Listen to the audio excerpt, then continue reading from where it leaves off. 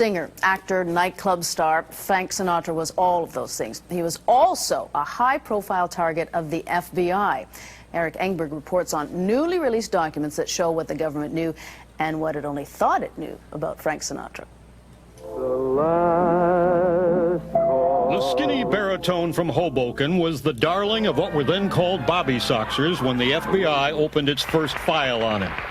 On a tip from J. Edgar Hoover's pal, gossip columnist Walter Winchell, the Bureau chased a false report that Sinatra had bought his way out of the World War II draft. Not so, the doctors told agents. Frankie had a perforated eardrum, a medical disability.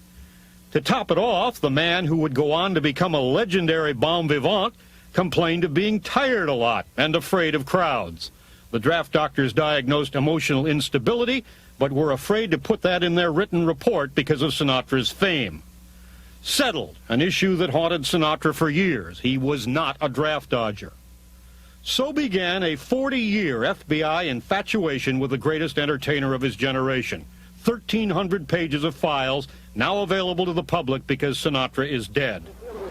Long friendly to such organized crime bosses as the notorious Sam Giancana, Sinatra is frequently mentioned in the FBI reports on the mob, but the agents never find a crime. For his part, Sinatra maintained in an exclusive CBS interview with Walter Cronkite, it was just part of being an entertainer. In theatrical work, in nightclub work, in concerts, or wherever I might be, in restaurants, you meet all kinds of people. So that there's really not much to be said about that, and I think the less said, the better. Curiously, there is no mention in the Sinatra files of Judith Exner, the Giancana and Sinatra girlfriend, who has claimed she engaged in a long love affair with President John Kennedy, which could have compromised the government's attack on the mob.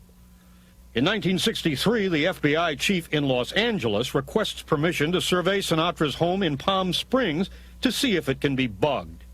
The agent charges that Sinatra has been close to some of the more infamous individuals of modern times. He claims a bug, which the Bureau calls a microphone surveillance, or MISUR, would undoubtedly develop information of extremely valuable intelligence nature and furnish a picture of top-level criminal investments and operations. FBI boss Hoover scotched the plan as inadvisable at this time. And there's no indication the Bureau ever did any bugging of the man called chairman of the board.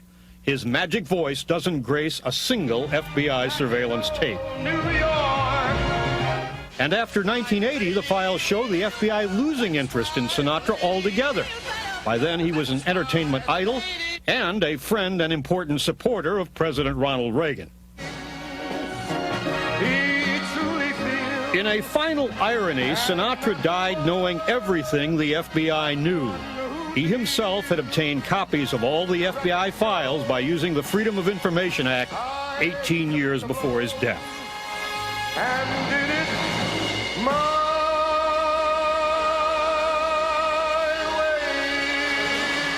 way. Eric Engberg, CBS News, Washington.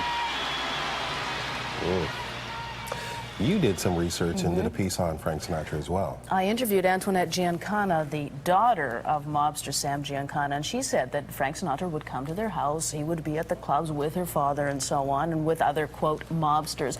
But there was never any evidence that she ever saw that there were any payoffs or any money laundering. And you know, my way, the way back then with Frank Sinatra and all the others was to hang out with each other at the clubs, and that was it. The FBI didn't want that to be the answer.